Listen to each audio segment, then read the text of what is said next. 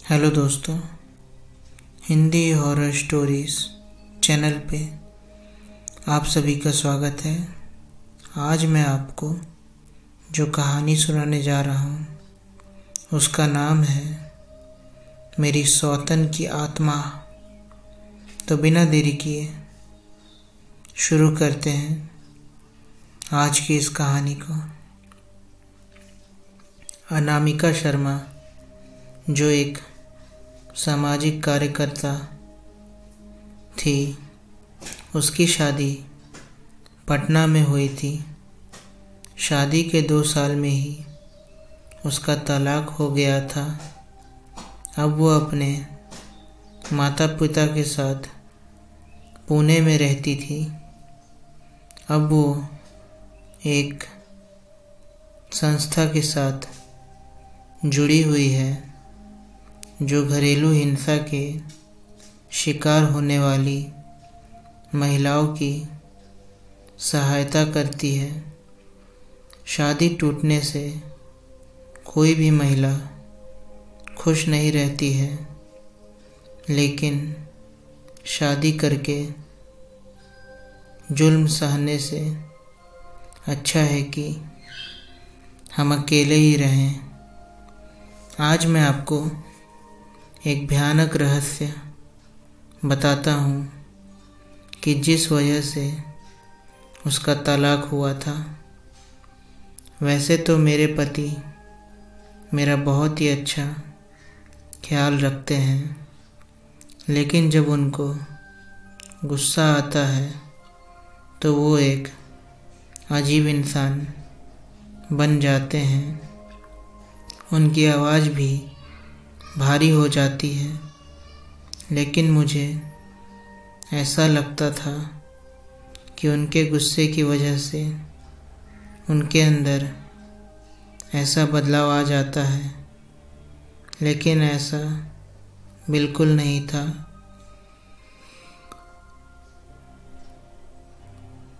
उनके ऐसे भयानक रूप के पीछे कोई सच्चाई कुछ और ही थी। एक रात को मैं और मेरे पति सो रहे थे।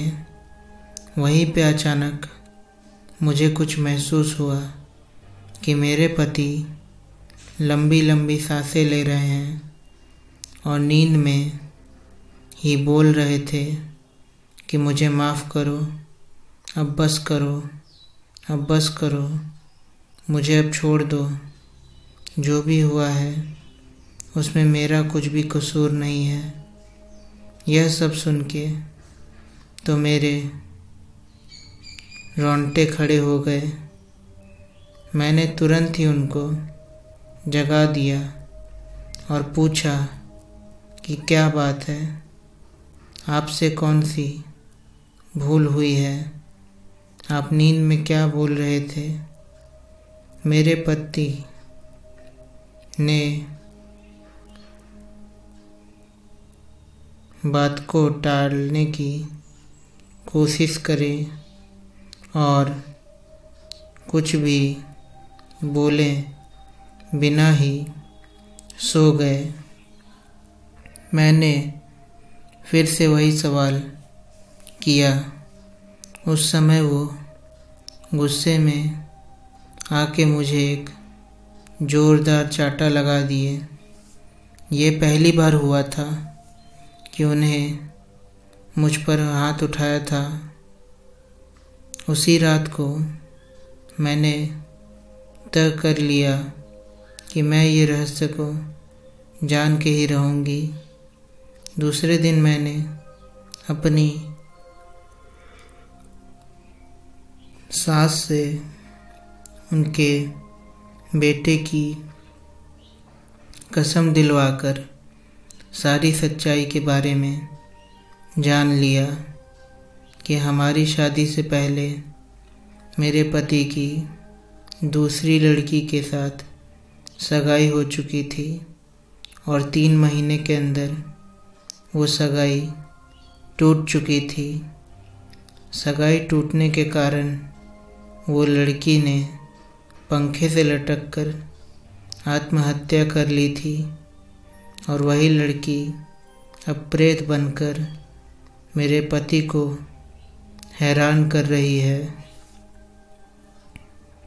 इस बात के कारण कोई भी परिवार अपनी बेटी देने के लिए तैयार नहीं हो रहे थे, इसलिए उन्होंने ये बात हमसे छुपाई थी।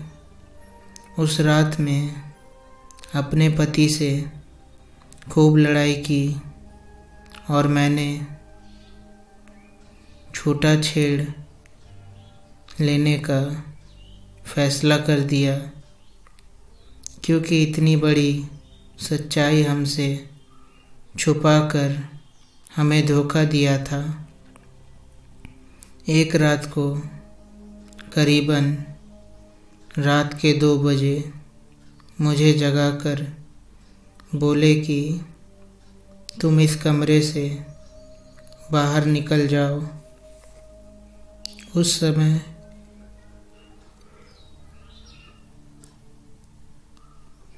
उनकी आँखें सूखने लाल चोर हो गई। मेरे सामने इस तरीके से देख रहे थे कि मैं कोई पराई व्यक्ति हूँ। मुझे पता था कि इस समय अगर मैं विरोध करूँगी तो वो मेरे साथ मारपीट करेंगे, इसलिए मैं चुपचाप वहाँ से बाहर निकलकर ड्राइंग रूम में आ गई। लेकिन मुझे नींद नहीं आ रही थी, इसलिए मैं यह सोच रही थी कि मेरी आगे की ज़िंदगी कैसी बीतेगी। उसी समय बेडरूम से किसी के बात करने की आवाज़ आने लगी। मेरा हृदय डर के मारे कांपने लगा, क्योंकि कमरे में मेरे पति के अलावा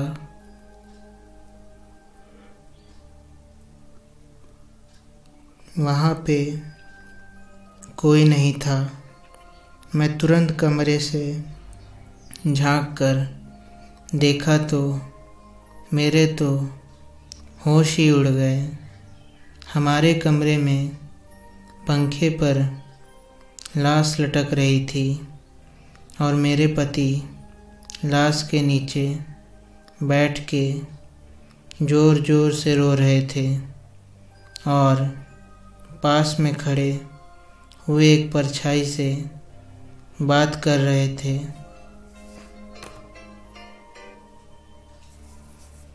और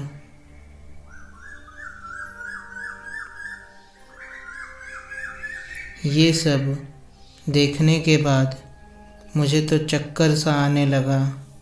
मैंने तुरंत ही मेरे सास और ससुर जी को उठाया और बेडरूम का दरवाज़ा खोलने के लिए कहा। थोड़े ही देर में मेरे पति बेडरूम से बाहर आ गए और अपनी सारी बातें फिर गए और वो उस समय कमरे में कोई नहीं था। मैं दूसरे ही दिन अपने माता पिता के वहाँ चली गई और सारी सच्चाई बता दी। मेरे पति मुझे एक साधु के यहाँ ले गए। मैंने उनको भी सारी बातें बता दी। तब उन्होंने जो कहा वो एक चौंकाने वाला रहस्य था। उन्होंने मेरे पति की कुंडली देखकर बोला कि जिस लड़की के साथ तुम्हारे पति की सगाई टूट गई वो तुम्हारे पति और घर वालों के त्रास के कारण मर गई थी और तभी से वो लड़की एक प्रेत बनकर उन सब से बदला ले रही है।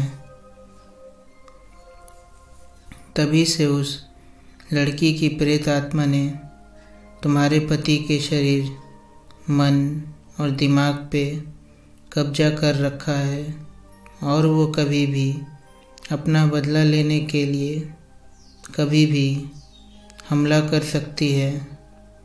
दूसरे ही दिन मैंने छोटा छेड़ा लेने के लिए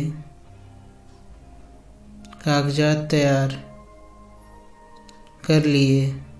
छूटा छेड़ा लेने के बाद मैं उस भयानक वातावरण से बाहर आ गई। मेरी खुशनसीबी है कि मैं ज़िंदा और सही सलामत हूँ, क्योंकि मुझे लगता था कि मेरे पति और उनकी पहले की मंगेतर मेरी जान भी ले सकते थे। उम्मीद करते हैं ये वाली कहानी आपको पसंद आई होगी। अगर पसंद आई है तो लाइक, शेयर, कमेंट और सब्सक्राइब कर दो यार। लेट क्यों करना, फ्री का होता है, कर ही दो। यकीन मानो रात के 3 बजे जाग के ऐसी कहानियाँ पढ़ना आसान काम नहीं है, वो भी एक अंधेरे कमरे में। नहीं, लाइट जल रही है, मजाक कर रहा हूँ। चलो ठीक है, चलते हैं, बाय, गुड नाइट।